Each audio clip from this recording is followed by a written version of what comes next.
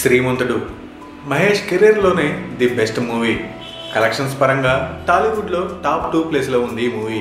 Koratala Siva top director అయిపోయాడు ఈ శ్రీమంతుడితోనే. నిజానికి ఈ సినిమా రామ్ చరణ్ హీరోగా, బండ్ల గణేష్ నిర్మాతగా చేయాల్సింది. ఓపెనింగ్ కూడా జరిగింది. ఏం జరిగిందో కానీ ప్రాజెక్ట్ అయితే పట్టాలెక్కలేదు. దీనికి కారణం చెర్రీ బిహేవియర్ అని తెలుస్తుంది. శివ కథ చెప్తున్నప్పుడు సరిగ్గా వినకుండా సగం మాత్రమే విని బాగాలేదు, ఇక మీరు బయలుదేరండి అని శివని దారుణంగా ఇన్సల్ట్ చేశాడట. పైకి రియాక్ట్ కాకపోయినా శివ మనసులో బాగానే ఫీల్ అయ్యాడు.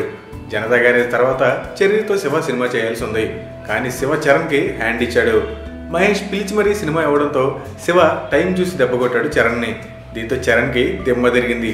శివకి కాల్ చేస్తే మళ్ళీ ఎప్పుడైనా సినిమా చేద్దాంలే అన్నాడట. ఆయన అలా అనడంలో తప్పేం లేదు. ఎంత పెద్ద స్టార్ కొడుకు అయితే మాత్రం డైరెక్టర్కి రెస్పెక్ట్ ఇవ్వకపోతే అలా. ఇక శివ సూపర్ హిట్ కొట్టిన ప్రతిసారి చెర్రీకి పుండు మీద కారం చల్లినట్టే ఉంటుంది. త్వరలో జనతా గ్యారేజ్తో హ్యాట్రిక్ కొట్టాలని చూస్తున్నాడు కొరటాల శివ.